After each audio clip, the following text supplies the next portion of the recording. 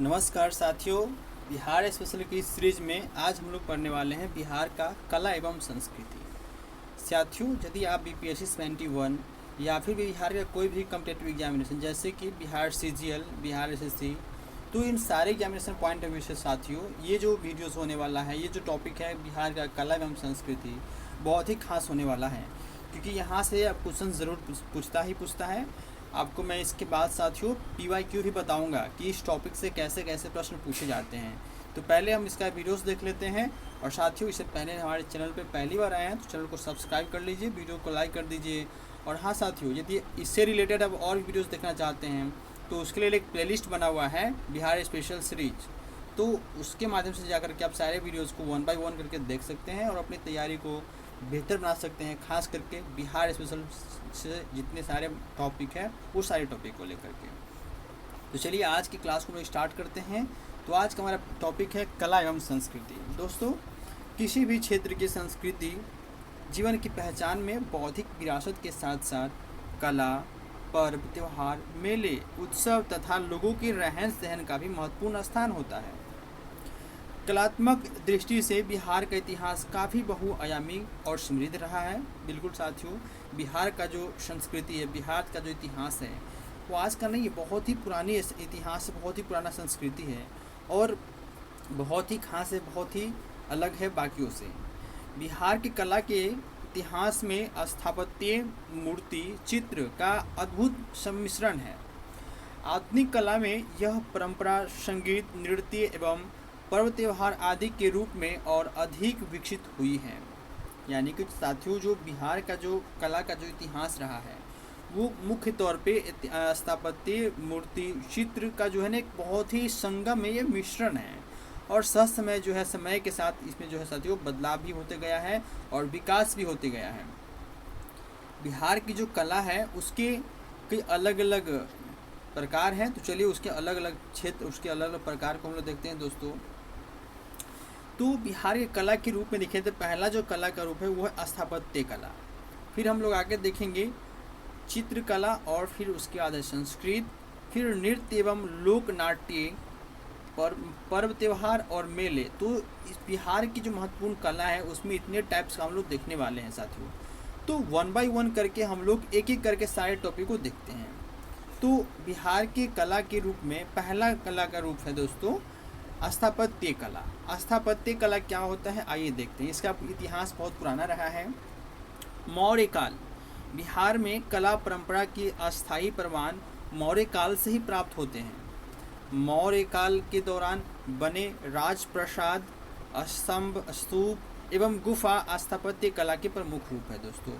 ये जो बातें बताई जा रही है ये ध्यान रखिएगा। जो मौर्य काल के जो दौरान बने जो कला का रूप है वो कौन कौन है, इसमें राजप्रसाद है, स्तंभ है, स्तूप है और गुफा प्रमुख है। ठीक है, स्थापत्य कला का ये हिस्सा याद रखिएगा। पटना के कुम्भरार से चंद्रगुप्त मौर्य के राजा प्रसाद के अवशेष मिले हैं। यहाँ से एक विशाल कक्ष का अवशेष भी मिला है जिसमें 80 स्तंभ मिले थे। ठीक है दोस्तों, याद रखिएगा। पटना के कुम्भरार के चंद्रगुप्त मौर्य के राजा प्रसाद के अवशेष मिले हैं। कहाँ पे, तो डायरेक्ट पूछ लेगा आपको तो पटना याद रखिएगा जगह का नाम। ये गोलाकार स्तंभ एकाश्म पत्थर के बने थे। संभवतः यह महल पत्थर के स्तंभ पर लकड़ी से निर्मित था। ये जो महल जो है दोस्तों, ये महल पत्थर के स्तंभ पर लकड़ी से निर्मित था। देखिए क्या अनूठा संगम है, पत्थर के स्तंभ पर लकड़ी से बना हुआ ये कला का रूप है। अशोक ने धर्म प्रचार के लिए एकाश्म पत्थर के स्तंभ का निर्माण किया था। किसके लिए दोस्तों, धर्म प्रचार के लिए। और कौन सा धर्म ग्रहण किए थे आपको पता ही है दोस्तों। तो जो अशोक है, अशोक महान बौद्ध धर्म को अपनाए थे, तो उन्होंने धर्म के प्रचार के लिए एकाश्म पत्थर के स्तंभ का निर्माण करवाया था। और इन स्तंभों के शीर्ष पर पशुओं की आकृति जो उल्टे कमल के फूल पर स्थित है, यानी कि उल्टे कमल के फूल हैं और उस पर पशु के चित्र, जो पशु के जो चित्र है उसको उकेरा गया है, उसको बनवाया गया है। बिहार के स्तंभ लौरिया नंदनगढ़, बिहार की ये स्तंभ लौरिया नंदगढ़, ये पश्चिम चंपारण में है दोस्तों। ठीक है, देखिए जो कला है उससे संबंधित जो क्षेत्र है उसको भी ध्यान रखिए। कई बार दोस्तों क्या होता है ना, सीधे सीधे पूछ लिया जाता है कि स्तंभ लौरिया नंदनगढ़ जो है बिहार के किस जिले में मिला है, तो इसका ध्यान रखिएगा पश्चिम चंपारण में। लौरिया अरेराज ये पूर्वी चंपारण में मिला है। रामपुरबा ये भी पूर्वी चंपारण में मिला है। और बसाड़ जो है ये वैशाली में मिला है। तो 3 यहाँ पे आ गया, याद रखिए। स्तंभ लौरिया नंदनगढ़ पश्चिम चंपारण में हो गया, लौरिया अरेराज पूर्वी चंपारण में हो गया, रामपुरबा भी पूर्वी चंपारण में हो गया, और जो वसाड़ है वो वैशाली में है। याद रखिए वसाड़ वैशाली, थोड़ा बहुत मिल रहा है तो इसको याद रखिएगा। पहले जो बोला है उसमें बस लौरिया दोनों जगह में कॉमन है, तो स्तंभ लौरिया नंदनगढ़ ये बड़ा नाम है और पश्चिम चंपारण भी पूर्वी चंपारण की तुलना में बड़ा है। तो इससे भी कनेक्ट करके याद रखिएगा कि स्तंभ लौरिया नंदनगढ़ पश्चिम चंपारण में है और लौरिया अरेराज जो है वो पूर्वी चंपारण में है। ये 81वां स्तंभ चुनार के धूसर बालू के पत्थर से निर्मित है। इन पर सुंदरता के लिए चमकीली पॉलिश, सुंदरता के लिए दिखावटी मतलब अच्छा लगने के लिए, आकर्षण के लिए, सुंदरता के लिए चमकीली पॉलिश का प्रयोग किया गया है। और आजीवक संप्रदाय के अनुयायियों के लिए अशोक एवं उसके पौत्र दशरथ, अशोक के जो पौत्र थे वो याद रखिएगा, अशोक के जो पौत्र है दशरथ ने, अशोक के पौत्र दशरथ ने क्या किए थे, बराबर एवं नागार्जुन की पहाड़ियों में गुफा का निर्माण कराया था। ये कहाँ पे है, बराबर एवं नागार्जुन की पहाड़ियों में क्या किए थे, दशरथ जी का जो पौत्र थे, अशोक महान का जो पौत्र थे दशरथ ने बराबर एवं नागार्जुन की पहाड़ियों में गुफाओं का निर्माण करवाया था। और गुफाओं के भीतरी भाग पर चमकीली पॉलिश का उपयोग इसकी प्रमुख विशेषता रही है। ठीक है, तो इस चीज़ को आप ध्यान रखिएगा। मौर्य काल की मूर्ति के अवशेष पटना और उसके आसपास के क्षेत्र से प्राप्त होते हैं। पटना से यक्ष की 2 मूर्तियाँ भी मिली है, पटना से ही यक्ष की 2 मूर्तियाँ भी प्राप्त हुई हैं। और ये हल्के भूरे रंग के बालू के पत्थर से निर्मित है। तो ये जो यक्ष की जो 2 मूर्तियाँ मिली है कहाँ से मिली है, तो यक्ष की 2 मूर्तियाँ कहाँ से मिली है साथियों, तो ये जो मिली है पटना से मिली है। ठीक बात है, इसको ध्यान रखिएगा। पटना के लोहानीपुर से पुरुष के नग्न रूप की 2 मूर्तियाँ भी प्राप्त हुई है, पटना से, लोहानीपुर पटना में ही है। संभवतः ये जैन तीर्थंकरों की मूर्तियाँ हैं, क्योंकि वो वस्त्र धारण नहीं करते थे, तो जो तीर्थंकर थे जैन का, बाद में बदले 2 गुटों में बट गए, तो उसके हिसाब से आप ध्यान रखिएगा। इसका निर्माण जैन शैली में कायोत्सगर मुद्रा में हुई है। जो 2 मूर्तियाँ जो बनी हैं और जो जैन तीर्थंकरों की जो मूर्तियाँ हैं, इनका निर्माण साथियों जो हुई है ये जैन शैली में कायोत्सगर मुद्रा में हुई है, याद रखिएगा। ठीक है, मुद्रा। आगे देखते हैं दोस्तों, अगला है पटना सिटी के दीदारगंज में, पटना सिटी के दीदारगंज से एक स्त्री की मूर्ति मिली है जिसे यक्षी या स्त्री रत्न का नाम दिया गया है। पटना से जो एक मूर्ति मिली है एक स्त्री का, उस मूर्ति का नाम यक्षी या स्त्री रत्न दिया गया है। बस इतना वह ध्यान रखिएगा। ये कहाँ पे, पटना सिटी के दीदारगंज में है। तो ये भूरे रंग के बलुआ पत्थर से बनी हुई है और यह मूर्ति नारी के शारीरिक सौंदर्य के सूक्ष्म रूप को प्रदर्शित करती है। अब है पाल काल में कैसे विकास हुआ था कला का, इसके बारे में हम लोग देखते हैं। तो दोस्तों पाल काल में जो है, पाल काल के दौरान स्थापत्य एवं मूर्ति कला रूप के अवशेष मिले हैं। पाल काल के समय जो दोस्तों है ये स्थापत्य कला और मूर्ति कला का 2 अवशेष मिले हैं। उदंतपुरी एवं विक्रमशिला महाविहार में पाल कला के स्थापत्य के प्रमुख उदाहरण हैं। इनका निर्माण ईंटों से किया गया है। बाकी जो आप मौर्य कालीन का जो देख रहे थे वो बलुआ, ज़्यादातर जो मूर्ति मिली है वो बलुआ मिट्टी से बनी हुई थी, भूरे कलर के ज़्यादातर होता था, उस पर पॉलिश किया होता था। लेकिन पाल काल में जो स्थापत्य कला का जो चिन्ह मिला है, अवशेष मिला है, उसमें जो ज़्यादातर जो मूर्तियाँ है वो किससे बनी हुई है, तो वो ज़्यादातर जो मूर्तियाँ है दोस्तों वो ईंटों से बनी हुई है। आंगन के चारों ओर बरामदे या बरामदे के पीछे भिक्षुओं के निवास के लिए कमरे, ये इसकी जो प्रमुख विशेषता है। ठीक है, ये जो आप देख रहे हैं आंगन के चारों ओर बरामदे तथा बरामदे के पीछे भिक्षुओं के निवास के लिए कमरे जो है ये सब ईंटे से बनाए गए थे। ठीक है, ईंटों का प्रयोग किया गया था। गया, जिसका नाम वर्तमान में गया जी हो गया है। तो गया में निर्मित विष्णुपद मंदिर, गया में निर्मित विष्णुपद मंदिर पालकालीन मंदिर स्थापत्य का एक अत्यंत सुंदर उदाहरण है। ये तो आप बहुत अच्छे से ध्यान ही रखिएगा दोस्तों। ऐसा मैं इसलिए कह रहा हूँ क्योंकि जो 2024-25 का जो बजट निकला था, 2024-25 का जो यूनियन बजट जो निकला है, सेंट्रल बजट निकला है, उसमें भी जो दोस्तों क्या किया गया है, 2024-25 का जो बजट है उसमें विष्णुपद मंदिर के निर्माण के लिए बहुत ज़्यादा जो है ना सरकार के द्वारा पैसा अलॉट किया गया है, यानी कि उसको पुनर्निर्माण करना है, उसकी और विकास करना है। तो ये मंदिर ऐसे भी चर्चा में है, तो ये आप ध्यान रखिएगा। जो विष्णुपद मंदिर जो है ये कौन से काल के हैं, तो ये पालकालीन स्थानीय जो स्थापत्य कला का एक अत्यंत सुंदर है, ये ध्यान रखिएगा। ठीक है, स्थापत्य कला और पालकालीन है, ये ध्यान रखिएगा। ओके, बहुत बढ़िया। पाल काल में मूर्ति कला में पत्थर एवं कांस्य दोनों का प्रयोग हुआ है। आप देखिए, मूर्ति कला में पत्थर भी प्रयोग हुआ है और कांस्य का भी प्रयोग हुआ है। कांस्य की मूर्ति के प्रमुख रचनाकार जो है वो धीमन एवं पीठलाल बताए गए हैं। पीठपाल, धीमन एवं पीठपाल जो है, धीमन एवं पीठपाल जो है दो इसके प्रमुख रचनाकार बताए गए हैं पाल काल में। और ये पाल शासक धर्मपाल एवं देवपाल के समकालीन थे। कांसे से बनी ये मूर्तियाँ सांचे में ढली थी और इसके अनेक नमूने नालंदा एवं कुकरीहार में भी देखा गया। कुकरीहार साथियों जो कि गया में पड़ता है और गया का वर्तमान जो हो गया गया जी हो गया हुआ है। तो ये जो बात है ना बिल्कुल आप अच्छे से ध्यान रखिएगा। अगला जो पॉइंट है साथियों उसको देखते हैं।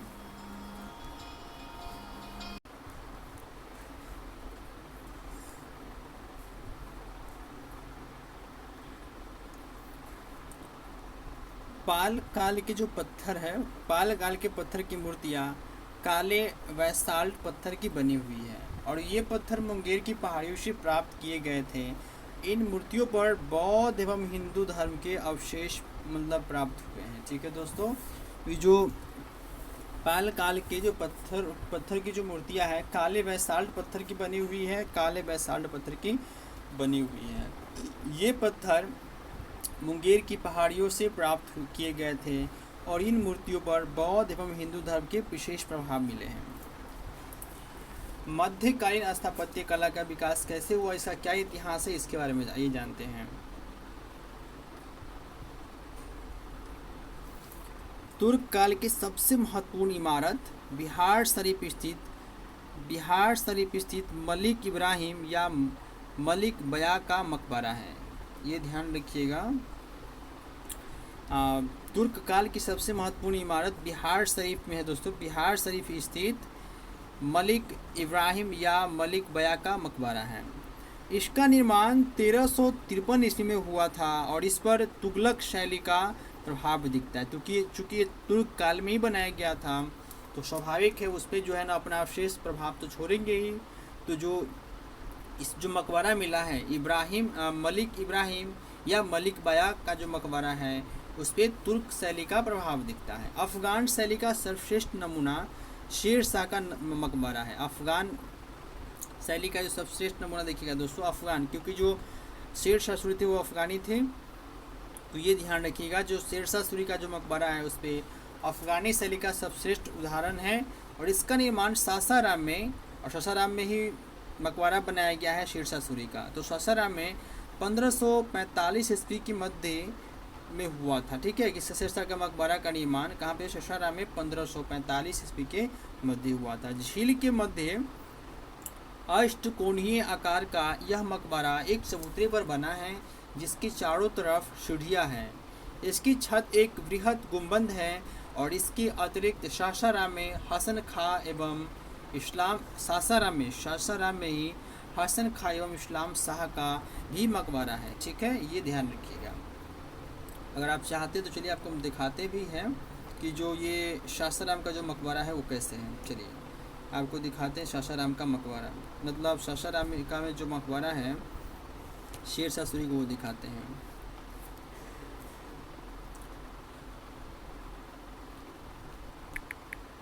शेर शाह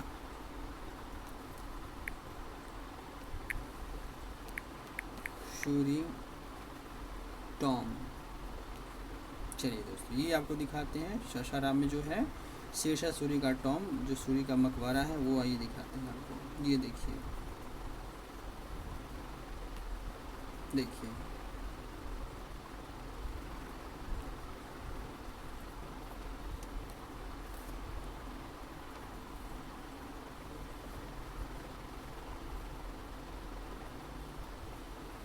ये देखिए, ये है शेरशाह सूरी का मकबरा। देखिए कहाँ पे, याद रखिएगा, तो शेरशाह सूरी का मकबरा देखिए कितना भव्य बनाया गया है। इस पर अफ़गानी शासक का, अफ़गानी शैली का प्रभाव दिखता है। देखिए ये कहाँ पे, सासाराम में है, तो इसको ध्यान रखिएगा। सासाराम, सासाराम, इसको ध्यान रखिएगा कहाँ पे है, सासाराम में ये है, याद रखिएगा। सासाराम किसका मकबरा है, शेरशाह सूरी का मकबरा है, ये बात ध्यान रखिएगा, ठीक है। चलिए हम लोग अपने पॉइंट पे वापस लौटते हैं। चलिए, तो ये हो गया दोस्तों, ये देख लिए आप। अब मुगल शैली की इमारत का बिहार में सबसे सुंदर उदाहरण 1617 ईस्वी में निर्मित शाह दौलत का मनेर स्थित मकबरा है। यानी कि जो मुंगेर शैली की इमारत का बिहार में सबसे सुंदर उदाहरण देखना है तो वो 1617 ईस्वी में निर्मित शाह दौलत का जो शाह दौलत है, शाह दौलत का मनेर स्थित मकबरा है। और इसे जहांगीर शासन काल में बिहार के प्रांतपति इब्राहिम खां काकर ने बनवाया था। किसने बनवाया था, इब्राहिम खां काकर ने इसको बनवाया था जहांगीर के शासनकाल के दौरान। इसका निर्माण लाल बलुआ पत्थर से हुआ है और सुंदर जालिया, ऊंचा चबूतरा और भव्य गुंबद इसके मुख्य आकर्षक है। चलिए अब हम देखते हैं यूरोपीय स्थापत्य कला का क्या मतलब बिहार में वो है, विकास है। तो गोथिक शैली में पटना समाहरणालय, गोथिक शैली में पटना समाहरणालय, Patna college, Bankipur church, Patna city स्थित पादरी एवं हवेली प्रमुख उदाहरण हैं। जो पटना कॉलेज जो आप देख रहे हैं, ये एक ऐसा दोस्तों यूरोपीय स्थापत्य कला का उदाहरण है। पटना कॉलेज, पटना समाहरणालय, पटना म्यूजियम जो हुआ दोस्तों वहीं, और बांकीपुर में एवं पटना सिटी में जो पादरी का जो हवेली है, वो सब भी जो है यूरोपीय स्थापत्य कला का उदाहरण है। और इस पर हॉलैंड जैसी प्रभाव भी है, हॉलैंड की शैली जो है उसका भी प्रभाव इस पर दिखता है। नवीन यूरोपीय शैली में पटना का राजभवन, पटना सचिवालय, उच्च न्यायालय का निर्माण भी करवाया गया। कौन शैली है, नवीन यूरोपीय शैली में। नवीन यूरोपीय शैली में ही जो अपना पटना का जो सचिवालय है, उच्च न्यायालय जो है, इसका निर्माण जो हुई है ये नवीन यूरोपीय शैली में ही कराया गया है। गोलघर दोस्तों ये यूरोपीय निर्माण कला के गुंबद का एक प्रमुख उदाहरण है, ठीक है, गोलघर। हिंद इस्लामी शैली में पटना संग्रहालय और सुल्तान पैलेस का भी निर्माण किया गया है। हिंद इस्लामी, तो ये तो रहा पहला टाइप दोस्तों की स्थापत्य।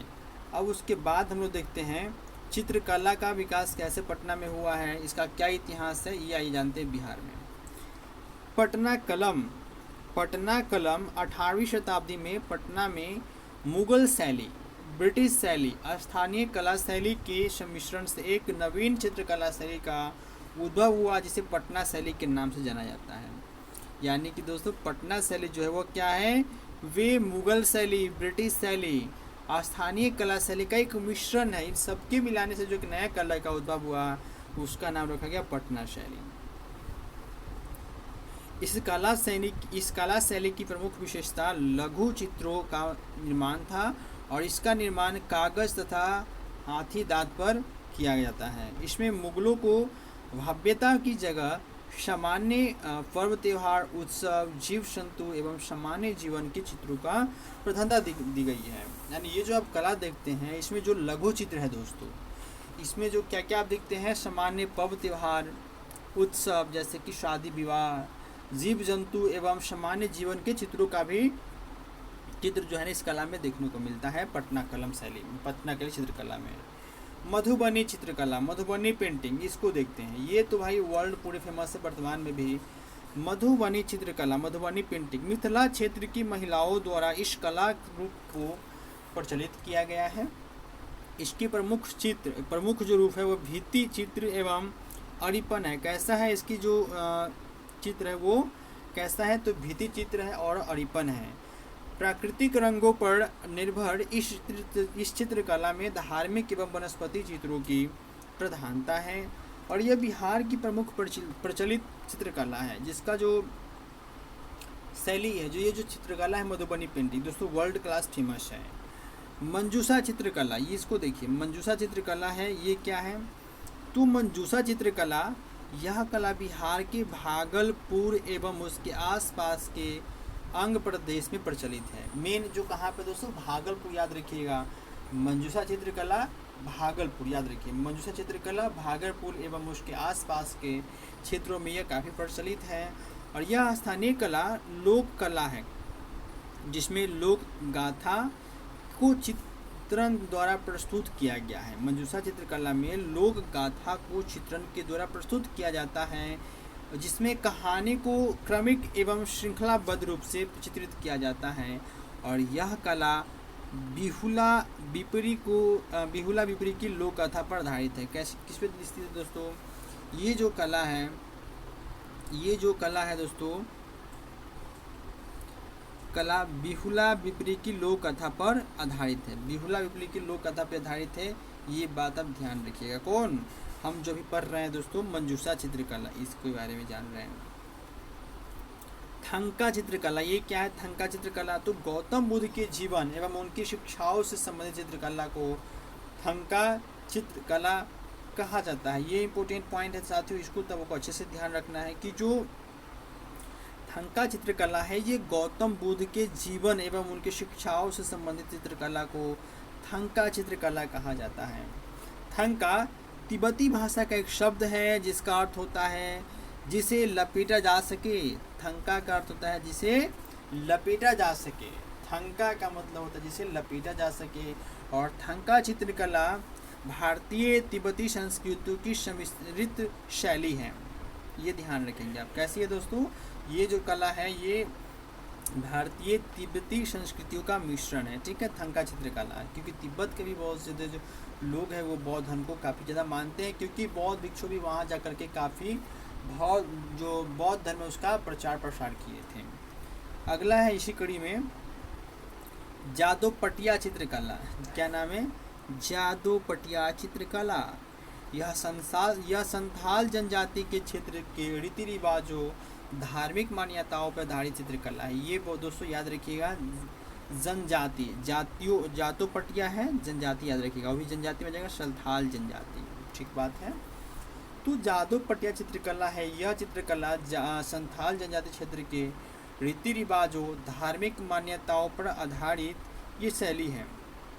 जनजातियों द्वारा कपड़े एवं कागज़ पर जादोपटिया चित्रकारी की जाती है। किसके द्वारा, जनजातियों के द्वारा ये जो कपड़ों पर भी और कागज़ पे भी ये चित्रकला की जाती है। जादोपटिया चित्रकारी आप याद रखिएगा, ये किससे संबंधित है, तो ये संथाल जनजाति से संबंधित है। और थंका जो चित्रकला है ये गौतम बुद्ध के जीवन और उसकी शिक्षाओं से संबंधित है। थंका चित्रकला, थंका चित्रकला का शाब्दिक अर्थ क्या होता है, जिसे लपेटा जा सके, याद रखेंगे। इसी कड़ी में जो अगला रूप है दोस्तों वो है संगीत कला। भारतीय संस्कृति का जो कला का जो रूप है उसमें अगला है संगीत कला। संगीत कला के बारे में आइए जानते हैं और देखते हैं क्या इसका इतिहास रहा है और कौन कौन सी जो चीज़ें हमारे लिए महत्वपूर्ण हैं। बिहार में उत्सवों, त्योहारों एवं शुभ अवसरों पर स्थानीय संगीत का प्रचलन रहा है।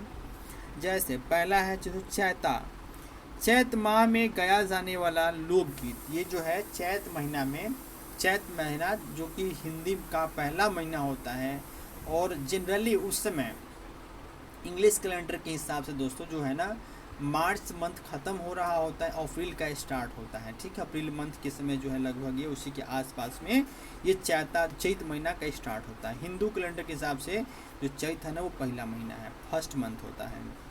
अगला है फाग, तो फाग फाल्गुन माह में होली के अवसरों पे गाए जाने वाला लोकगीत है, ठीक है। होली के समय, होली जो कि मार्च में आता है, तो मार्च और फागुन जो है दोस्तों, फाल्गुन महीना जो है हिंदी कैलेंडर का लास्ट महीना होता है।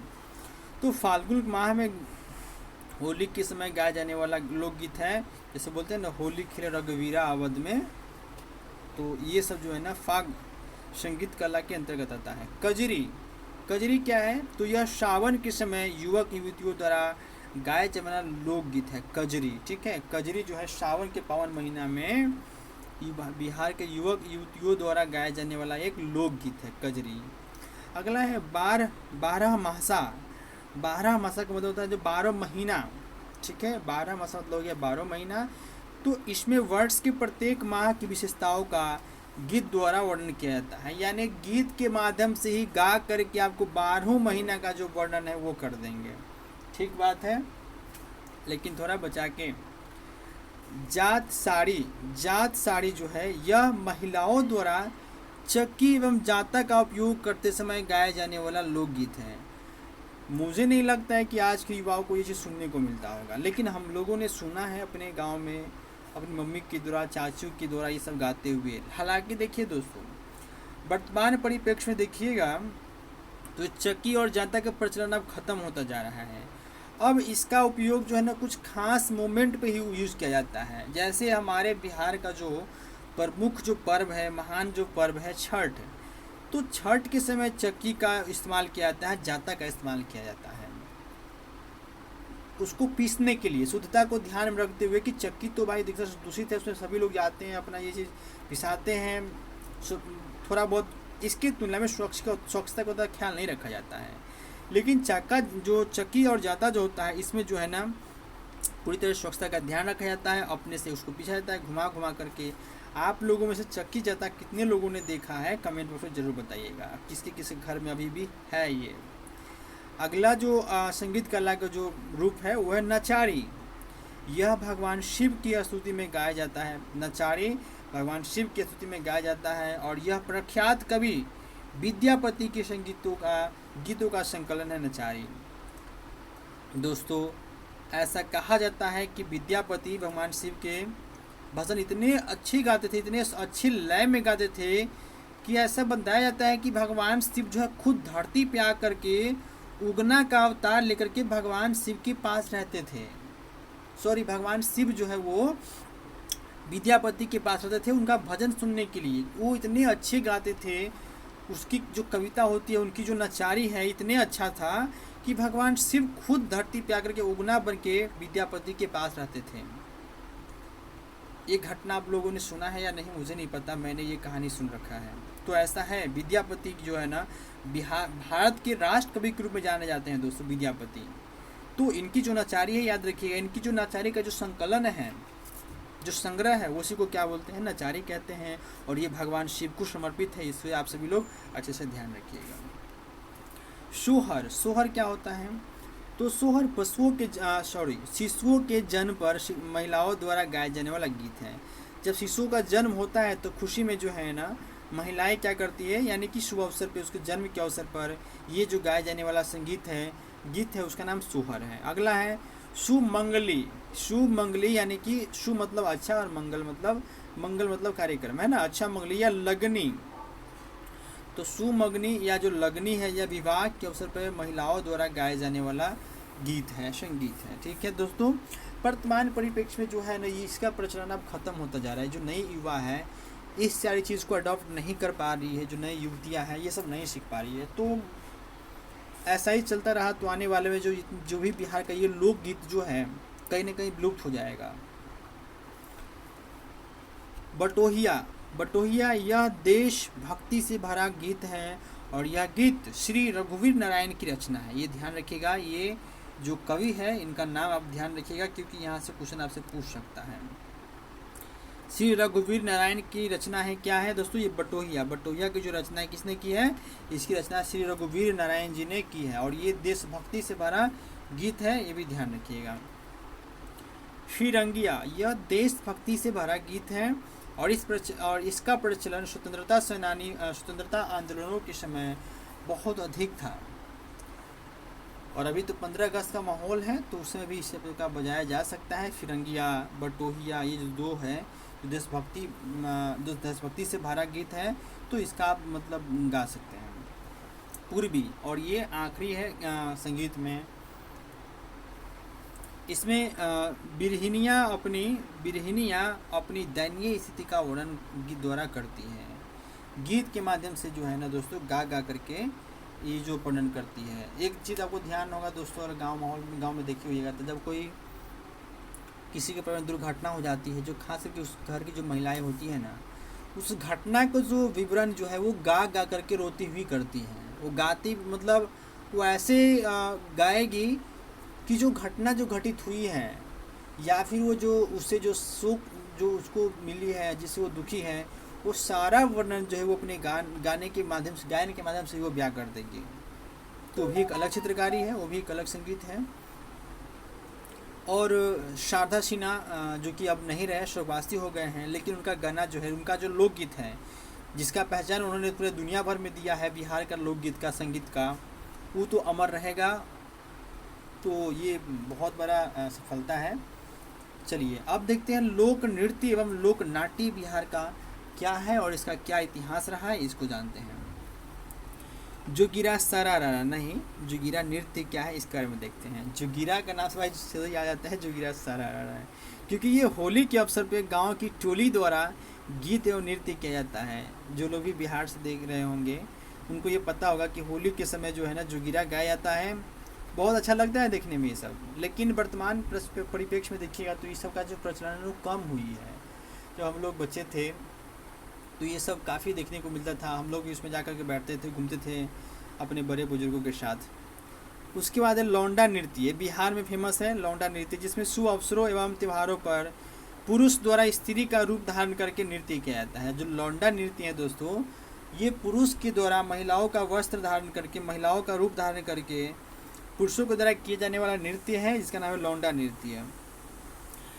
करिया झूमर नृत्य, करिया झूमर नृत्य क्या है? यह मिथिला क्षेत्र में प्रचलित स्थानीय नृत्य है, जिसमें लड़कियां समूह में गाती हैं और नृत्य करती है। करिया झूमर नृत्य मिथिलांचल क्षेत्र में ज़्यादा प्रचलित है, जिसमें लड़कियां समूह में गाती है और नृत्य करती हैं। इसी कड़ी में अगला है दोस्तों झिझिया नृत्य। झिझिया नृत्य तो काफ़ी लोकप्रिय है। ये जो झिझिया नृत्य है ना, खास करके दुर्गा पूजा के समय किया जाता है। देखिए इसमें वाकई लिखा भी होगा झिझिया नृत्य।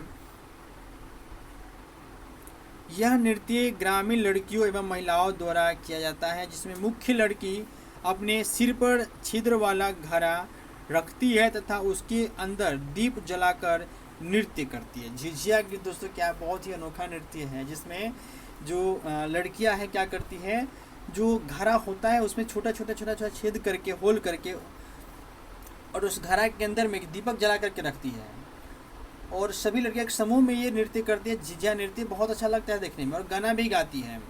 झिझिया गीत आपको नहीं पता है दोस्तों, तो आप सर्च कीजिएगा यूट्यूब पे, आपको आ जाएगा। मिथिलांचल का ये बहुत मतलब पूरे बिहार में फेमस है, सिर्फ मिथिलांचल में नहीं, लेकिन मुख्य रूप से ये मैथिली गाना में गाया गया है, वजिका भाषा में, जो कि काफ़ी सुनने में बहुत अच्छा लगता है झिझिया नृत्य। अगला है इस कड़ी में दोस्तों श्यामा चकेवा। श्यामा चकेवा के नाम से सुनते ही ये जो है शारदा सिन्हा जी का दिलो दिमाग में ख्याल आता है, क्योंकि हम लोगों ने बचपन से ही श्यामा चकेवा का जो गीत है शारदा सिन्हा की आवाज़ में सुना है। काफ़ी मधुर लगेगा सुनने में, कभी आप सुनिएगा तो श्यामा चकेवा जो है कार्तिक माह में लड़कियों एवं महिलाओं द्वारा नाट्य के रूप में किया जाता है, और ये बहन भाई से संबंधित है। जैसे राखी रक्षाबंधन का त्यौहार जो है ना, वो भाई बहन का त्यौहार, उसी तरह से ये जो श्यामा चकेवा भी है, बहन जो है ना भाई के सांकेतिक रूप में मिट्टी का चकेवा बनाती है, श्यामा चकेवा बनाती है। ठीक है दोस्तों, मिट्टी का सांकेतिक रूप में जो है ना भाई का बनाती है, और ख़ास दिनों पे क्या है उसे भाई की तरफ तुरबाया जाता है, और बहनें जो है ना गाना गाती है, ये श्यामा चकेवा का। डोमकच भी देखिएगा दोस्तों, बहुत अच्छा लगेगा आपको देखने में। यह विवाह के अवसर पर बारात चले जाने के बाद घर की महिलाओं द्वारा किया जाता है, और यह हास्य परिहास से संबंधित नाट्य होता है, बहुत अच्छा लगता है।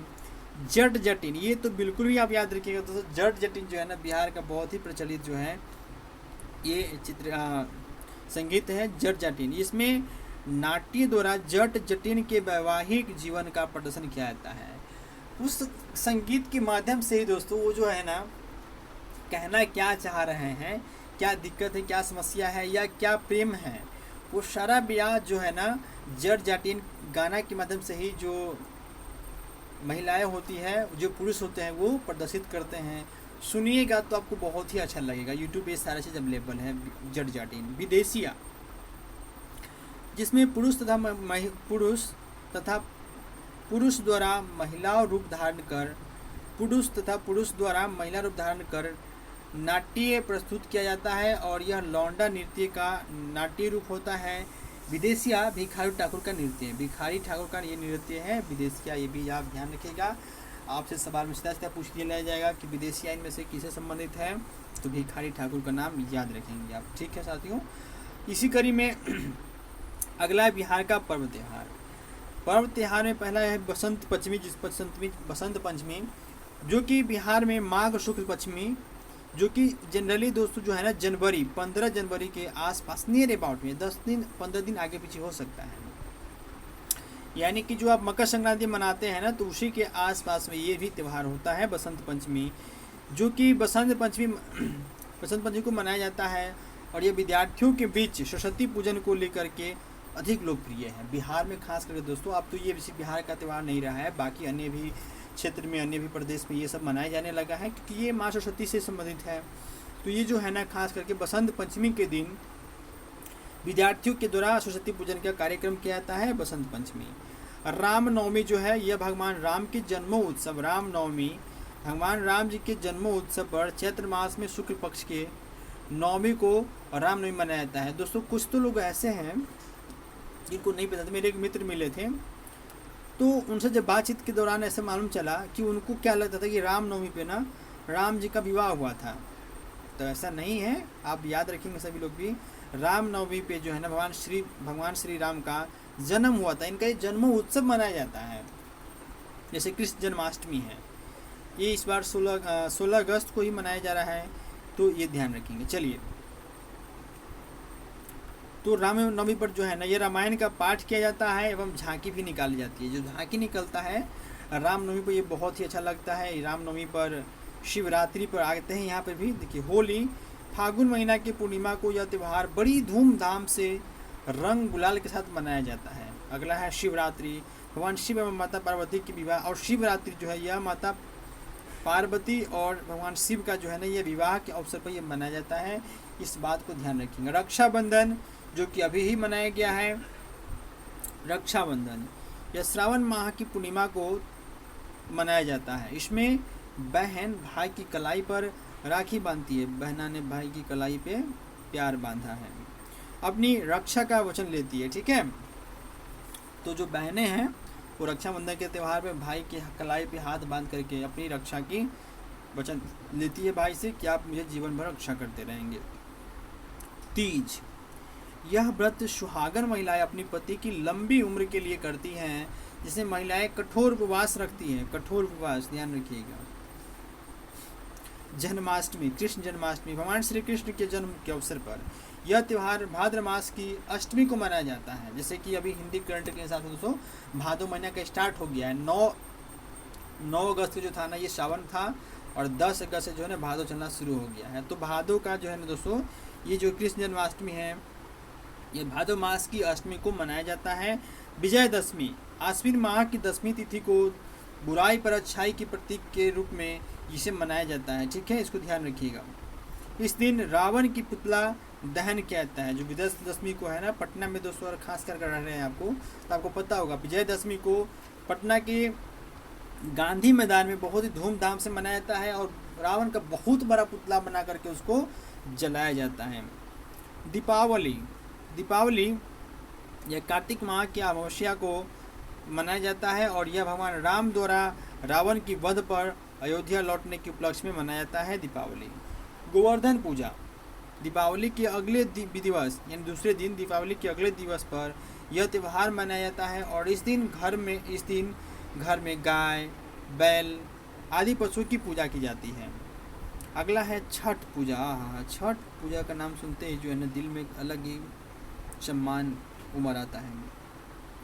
बिहार का सबसे प्रमुख त्यौहार कार्तिक मास की 5वीं एवं 6ठी तिथि को यह त्यौहार मनाया जाता है। इस अवसर पर व्रती उपवास रहकर सूर्य एवं जल की पूजा करते हैं। ठीक है, अब है गुरु गोविंद सिंह जयंती। सिखों के 10वें गुरु श्री गुरु गोविंद सिंह जी के जन्म दिवस पर शोभा यात्रा निकाली जाती है और इसे पूरे धूमधाम से मनाया जाता है। गुरु गोविंद सिंह का जन्म स्थान पटना है, इसीलिए पटना में खास करके ये त्यौहार जो है ना मनाया जाता है। हालांकि सिर्फ पटना में नहीं मनाया जाता है, बाकी अदर स्टेट जो भी लोग सिख समुदाय के मानने वाले हैं वो सभी लोग गुरु गोविंद सिंह की जयंती को मनाते हैं, तो इस बात को ध्यान रखिएगा। ओके, अगला है महावीर जयंती। जैन धर्म के 24वें तीर्थंकर भगवान महावीर स्वामी के जन्म के अवसर पर चैत्र माह में मनाया जाने वाला यह त्यौहार है महावीर जयंती। ठीक है, अगला है बुद्ध जयंती। बुद्ध जयंती वैशाख पूर्णिमा को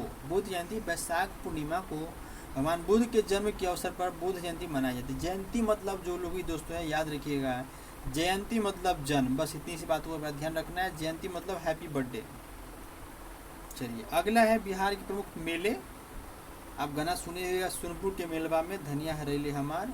तो सोनपुर के मेला दोस्तों मतलब क्या ही कहना, पूरी दुनिया में सबसे विशाल मेला लगता है सोनपुर का मेला। एक महीना लगभग चलने वाला, एक महीना ये चलने वाला जो मेला है ये पशुओं के लिए, जिसे जो हरिहर क्षेत्र मेला के नाम से भी जाना जाता है। सोनपुर के मेला का जो नाम है ये हरिहर क्षेत्र मेला के नाम से भी जाना जाता है और ये एशिया का सबसे बड़ा पशुओं का मेला है सोनपुर। और यह जो मेला है गंडक नदी के किनारे आयोजित की जाती है, गंडक नदी। और ये गंडक नदी जो दोस्तों बिहार में पटना में आकर के गंगा में मिल जाती है। स्थानीय स्तर पर यह सोनपुर मेला के नाम से जाना जाता है। बिल्कुल दोस्तों याद रखिएगा। कार्तिक पूर्णिमा मेला, यह कार्तिक पूर्णिमा मेला पूर्णिमा के दिन सोनपुर में गंगा स्नान के रूप में मनाया जाता है। कार्तिक पूर्णिमा मेला कार्तिक पूर्णिमा के दिन सोनपुर में गंगा स्नान के रूप में लगता है। इस दिन लोग गंगा स्नान कर हरिहर नाथ की पूजा करते हैं। इसी दिन सोनपुर मेला एक मास के लिए प्रारंभ होता है, यानी कि जो सोनपुर मेला का जो प्रारंभ का कार्यक्रम जो है वो कार्तिक पूर्णिमा के मेला में गंगा स्नान के साथ ही सोनपुर मेला का स्टार्ट हो जाता है। ठीक है, इस बार हम भी गए, पिछले साल हम भी गए थे, काफ़ी अच्छा लगा था। हर साल लगता है लगभग दोस्तों। ये जो है ना इंग्लिश कैलेंडर के हिसाब से लगभग दिसंबर मंथ में, दिसंबर के महीना में जो है ना ये लगता है। ठीक है, दिसंबर के महीना में लगभग लगता है और पूरे एक महीना चलता है, 1 मंथ। वैशाली का मेला, अब हम लोग देखिए वैशाली का मेला क्या है। तो महावीर के जन्मस्थली में चैत्र मास में वैशाली मेले का आयोजन किया जाता है। अगला है जानकी मेला। आहा, जानकी जगत जननी माँ सीता। सीतामढ़ी में सीता माता की जन्मस्थली पर चैत्र मास में जानकी मेला का आयोजन किया जाता है। आप सभी लोग दोस्तों खबरों के माध्यम से ये रूबरू हो ही चुके होंगे कि जगत जननी माँ सीता की जन्मभूमि पर पुनौरा धाम में माँ सीता के बहुत बड़ा ही भव्य मंदिर का निर्माण होने का शिलान्यास जो है ना वो रख दिया गया है। मतलब कि अब वो मंदिर बनने का कार्यक्रम रख दिया गया है और ये जो है ना 2028 तक इसको बनाने का टारगेट रखा गया। 2028 तक जो है माँ जानकी मंदिर बनने का पूरा हो जाने का कार्यक्रम जो समय सीमा निर्धारित किया गया है। ठीक है, इस बात को ध्यान रखिएगा। अगर आप लोग पुनौरा धाम सीतामढ़ी नहीं घूमे हैं तो एक बार जाके घूम लीजिए, बहुत ही अच्छा लगेगा। और जब ये मंदिर माँ जानकी का जो भव्य मंदिर बन जाएगा तब तो खैर और ही बात अलग हो जाएगी। तो अभी भी जाके आप घूम सकते हैं, माँ जानकी का मंदिर अभी भी वहाँ पे है, जो कि अच्छा है, काफ़ी अच्छा है, आपको घूमने में वहाँ अच्छा लगेगा। सौराठ मेला, यह मिथिलांचल जिसे मधुबनी, तो मिथिलांचल के मधुबनी क्षेत्र में शादी विवाह को सुगम बनाने के लिए इस मेले का आयोजन किया जाता है। ठीक है, सुगम बनाने के लिए यह मेला प्रतिवर्ष ज्येष्ठ या आषाढ़ माह में लगता है, जिसमें पिता अपनी पुत्री के लिए योग्य वर को चुनते हैं। इस मेला में पुत्री के जो पिता होते हैं अपने मतलब जो पुत्री है उसके पिता योग्य वर की तलाश के लिए इस मेला में जाते हैं, सौराठ मेला। अब भाई कई लोग सोच भी रहे हो कि भाई हम भी घूम के आ जाएगा इस मेला से तो आप योग्य हैं तो ही जाइए, सरकारी नौकरी है तभी जाइए। काहे कि जो वहाँ पे जो पिता खोजने जाते हैं अपने पुत्र के लिए, जो खोजने जाते हैं वर, वो योग्य वर खोजने जाते हैं। और आज के डेट में योग्य वर का मतलब है सरकारी नौकरी। अब सरकारी नौकरी है, आप योग्य हैं, इसके बिना आप कितने दिखने में हैंडसम है, स्मार्ट है, लंबे हैं, कोई फर्क नहीं पड़ता है। अब है पितृपक्ष मेला, ये भी बहुत प्रचलित है दोस्तों, याद रखिएगा। पितृपक्ष मेला बाकी मेले से ज़्यादा इम्पोर्टेंट है। प्रत्येक वर्ष सितंबर एवं अक्टूबर माह में इसका आयोजन किया जाता है और इस मेले में हिंदू धर्म के लोग अपने पूर्वजों के मोक्ष के लिए फाल्गु नदी, जो कि गया जी में पड़ता है, फाल्गु नदी के तट पर पिंड दान करते हैं। फाल्गु नदी जो कि गया जी में पड़ता है, तो फाल्गु नदी के तट पर अपने पूर्वजों के मोक्ष के लिए जो है ना जो हिंदू धर्म के जो लोग हैं वो क्या करते हैं, पिंड दान करते हैं। मंदार मेला, मंदार मेला जो है यह बांका जिले में मंदार पहाड़ी पर प्रत्येक वर्ष मकर संक्रांति के अवसर पर मंदार मेला लगता है। ठीक है, मंदार मेला याद रखिए। मंदार पर्वत आप लोग को कुछ याद है दोस्तों? मंदार पर्वत याद है? जब समुद्र मंथन हुआ था तो समुद्र मंथन के लिए क्या किया गया था, मंदार पर्वत को ही काट करके लाया गया था और समुद्र में उसको रखा गया था, तो वही पर्वत का निशानी है मंदार पर्वत। राजगीर में मलमास माह में, ये जो मलमास मेला है, मलमास माह में लाखों भक्त गर्म पानी के झरने में स्नान करने एवं पूजा करने के लिए आते हैं। मलमास मेला राजगीर में आप लोग गए होइएगा दोस्तों, वहाँ पे गर्म कुंड है। राजगीर में तो वैसे बहुत सारे टूरिस्ट पैलेस हैं, चूँकि वो टूरिस्ट प्लेस ही है तो वहाँ पे बहुत सारे आपको दिखने को जगह मिल जाएंगे। तो वहाँ पे गर्म कुंड भी है, तो गर्म कुंड भी जो है ना आप लोग ज़रूर जाके वहाँ पे नहाइए, अच्छा लगेगा। लेकिन मौसम ध्यान रखिएगा, ये नहीं कि आप चले गए अगस्त के महीना में तो आप वहाँ से बॉयल करके निकलिएगा, है ना। वो गर्म कुंड में नहाना है तो आप जनवरी के महीना में जाइए, दिसंबर के महीना में जाइए, लास्ट फरवरी तक जाइए तो ठीक है, उसके बाद सही नहीं है, क्योंकि गर्म कुंड है ना जी, पानी गर्म रहता है। हम लोग वहाँ पर गए थे घूमने के लिए, काफ़ी अच्छा लगा था, गर्म कुंड भी नहाए थे। अंतिम पेज पे हम लोग आ गए हैं दोस्तों, बिहार की विभूति एवं उनके उपनाम। हम लोग लास्ट टॉपिक ये कवर करते हैं दोस्तों। इसके बाद जो टॉपिक आप करने वाले हैं, बिहार के जो महत्वपूर्ण, जितने जो महत्वपूर्ण और प्रचलित जो व्यक्तित्व के जितने सारे जो लोग हुए हैं, विभूति जो हुए हैं, उन सब के बारे में हम लोग दोस्तों जो है ना अलग से एक अलग वीडियो लेके आएंगे, उसमें सारी चीज़ आपको बताने वाले हैं। तो उसके लिए आप तैयार रहिएगा। पहले ये देख लीजिए, कुंवर सिंह जो है इनका उपनाम क्या है, बाबू के नाम से, बाबू के नाम से जाना जाता है, बाबू, है ना, हम लोग बोलते ही हैं बाबू वीर कुंवर सिंह, ऐसे याद रखिए। राजेंद्र प्रसाद जिसको देश रत्न और अजात शत्रु, जिनका कोई शत्रु ही नहीं है, ये जो है अजात शत्रु इनका नाम है, मतलब उपनाम है इनका, डॉक्टर राजेंद्र प्रसाद अजात शत्रु। निर्दलीय चुनाव इनका किया गया था, इनके अगेंस्ट में कोई खड़ा ही नहीं हुआ, कि कितने सज्जन पुरुष थे, इतने विद्वान थे, इतने क्या कहें, इतने मतलब अच्छे थे कि कोई शत्रु हो ही नहीं सकते, इसलिए इनका नाम जो है ना अजात शत्रु रख दिया गया। जयप्रकाश नारायण, जिसको आप लोकनायक बोलते हैं, इसको नाम रखिए ना भाई, ऐसे लोकनायक जयप्रकाश, सुझे याद रखिए, लोकनायक जयप्रकाश नारायण, इस तरह से आप बोलिएगा ना दोस्तों तो आपको याद भी हो जाएगा। श्री कृष्ण सिंह, जिनको बिहार केसरी के नाम में जाना जाता है, श्री कृष्ण सिंह, इनको बिहार केसरी, ठीक है, श्री कृष्ण सिंह। कर्पूरी ठाकुर, जिनको ये इनका भी नाम जननायक है, जननायक कर्पूरी ठाकुर भी है, उधर जननायक लोक और लोकनायक जो है वो जयप्रकाश, याद रखिएगा, कंफ्यूज नहीं होइएगा। जननायक कर्पूरी ठाकुर हैं, कर्पूरी ठाकुर जो कि बिहार के 2 बार जो है ना दोस्तों 2 बार मुख्यमंत्री रह चुके हैं। और दोस्तों ये नाम इसलिए भी महत्वपूर्ण है क्योंकि उनको साल 2024 में भारत का सर्वश्रेष्ठ जो नागरिक पुरस्कार है वो इनको दिया गया है, ठीक है। अरे भाई कहने का मतलब भारत रत्न दिया गया है, ठीक है, भारत का रत्न, भारत रत्न जो है दोस्तों ये इनको दिया गया, भारत रत्न किनको दिया गया है 2024 में, इनमें से तो कर्पूरी ठाकुर को मरणोपरांत भारत रत्न दिया गया है और इनको जननायक कहा जाता है, और ये 2 बार बिहार के मुख्यमंत्री रह चुके हैं। अनुग्रह नारायण सिंह, ये बिहार विभूति के नाम से जाते हैं, बिहार विभूति। वैद्यनाथ मिश्र जो कि नागार्जुन के नाम से जाने जाते हैं, इसको याद रखिएगा। जगजीवन राम, इनको बाबूजी के नाम से जाना जाता है, बाबूजी जगजीवन राम और बाबू वीर कुंवर सिंह, इसमें कन्फ्यूज नहीं होइएगा, बाबू मतलब बाबू वीर कुंवर सिंह और बाबू जी मतलब जगजीवन राम, इसको अच्छे से ध्यान रखेंगे आप। रामधारी सिंह दिनकर, आपको पहले बता चुके हैं, ये आपके राष्ट्रकवि, ठीक है, राष्ट्रकवि रामधारी सिंह दिनकर। अच्छा दोस्तों पिछले स्लाइड में एक बात मैंने मिस्टेक से वहाँ बोला गया, विद्यापति राष्ट्रकवि नहीं, राष्ट्रकवि रामधारी सिंह दिनकर है, ठीक है, ये बात ध्यान रखिएगा।